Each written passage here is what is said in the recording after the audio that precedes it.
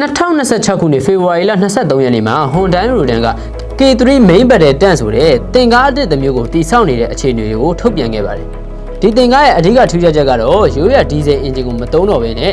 Hydrogen လောင်စာဆဲနည်းပညာကိုအသုံးပြုမဲ့ကမ္ဘာပထမဆုံးတန်ကြပ်ကာရင်ဖြစ်လာနိုင်ခြင်းပါ။အဲဒီလို Hydrogen အသုံးပြုခြင်းကြောင့်အင်ဂျင်ဆူညံတန်ကြီးများမရှိတော့သလိုအပူချိန်ပြင်းထန်တဲ့အိမ်ဆုံးငွေထုတ်လုပ်မှုလည်းလျော့နေသွားမယ်။ဒါကြောင့်တင်ကားရဲ့အပူလိုင်းဖြာတတ်မှုနဲ့အတန်ထက်မှုကိုတိတိတတ်တာလျှော့ချနိုင်ပြီးရန်သူရဲ့အာယုံကစနစ်တွေကလွယ်ကူစွာမဖမ်းနိုင်တော့ဘူးဆိုတဲ့စီးရေးအကျိုးကျေးဇူးတွေရှိလာပါတယ်။ဒါအပြင် K3 ကိုမောင်းသူမဲ့စစ်စင်ရေးများအတွက်တင့်တော်အောင်ဒီဇိုင်းလုပ်ထားပြီးအဝေးထိန်းစနစ်နဲ့အမြောက်များပြစ်ခတ်နိုင်တယ်လို့ဝင်းမန်းလို့ခေါ်တဲ့အဝေးထိန်းရင်အုပ်စုတွေကိုပါဥဆောင်ထိန်းချုပ်နိုင်ပါတယ်။အဆိုပါတင်ကားရဲ့ရှေ့ပြေးပုံစံတွေကို2030ခုနှစ်လောက်မှာမြင်တွေ့နိုင်မှုမျှော်လင့်ထားပြီးတော့ Hyundai ရဲ့ကာကွယ်ရေးကဏ္ဍလျှက်စစ်ဓာတ်အားကူးပြောင်းရေးအစီအစဉ်အရတောင်ကိုရီးယားစစ်တပ်ရှိရင်အင်ဂျင်တွေကိုလောင်စာဆီစနစ်များမှာလျှက်စစ်နဲ့ဟိုက်ဒရိုဂျင်စနစ်များသို့ပြောင်းလဲသွားဖို့ရည်ရွယ်ထားပါတယ်။ဒီစီမံကိန်းဟာပုံမအားကောင်းတဲ့ရုံးဟာတန်တိတ်မောင်းနေနိုင်မှုနဲ့ AI စနစ်သုံးတိုက်ခိုက်ရေးစွမ်းရည်တွေကိုပေါင်းစပ်ဖော်ဆောင်သွားမယ်စစ်ဖက်နည်းပညာအပြောင်းလဲကြီးတစ်ခုဖြစ်လာနိုင်ပါတယ်။